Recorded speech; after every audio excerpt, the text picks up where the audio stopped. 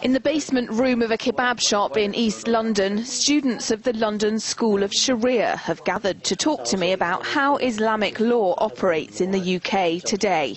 A recent study by think tank Civitas concluded there are around 85 Sharia courts currently operating in Britain.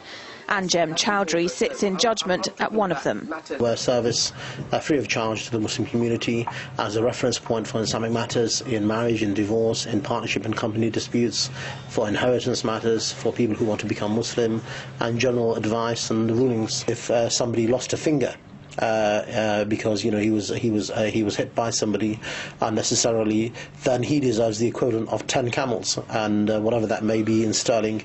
Chowdhury wants to establish an Islamic state in Britain and institute fully fledged Sharia law throughout. That would mean cutting off people's hands for stealing and stoning women for adultery. But in the absence of a state to support that, for now he can only judge civil matters. These men study under Chowdhury at the London School of Sharia, and they've all had dealings with his court.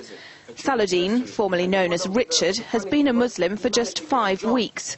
Chowdhury provided him with a certificate of conversion. I would discuss with Anjem and various other brothers how I came about becoming a Muslim and why I'm a Muslim and what it is that I believe. And then I'd do your shahada to confirm that that is what you believe.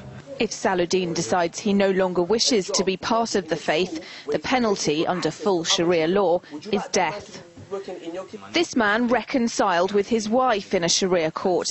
He says it's a more selfless system of decision-making. We refer to Almighty Allah in all of our rights, and obviously we go there not being biased towards Muslims, but rather wanting to follow the Sharia, and obviously whatever, even if it's in my favour, in favour of my wife, we submit to that. Sharia law has been operating here in parallel to the British legal system since 1982, but think tanks worry about coercion when it comes to women submitting to judgment in Islamic courts. There are many women working on the front line of domestic violence issues, honour-related violence, people who run shelters, who would attest to the fact that many people that they see do not go to these courts voluntarily, and that they're forced by either the men in their family or in their community.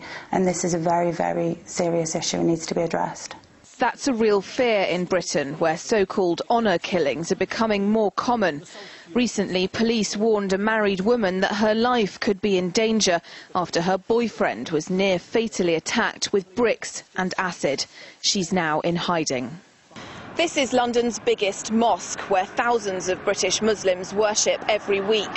Studies show only the most radical of them want Sharia law introduced fully into the UK, but that hasn't stopped the Muslim Arbitration Tribunal promising to triple the number of Sharia courts operating in Britain by the end of the year.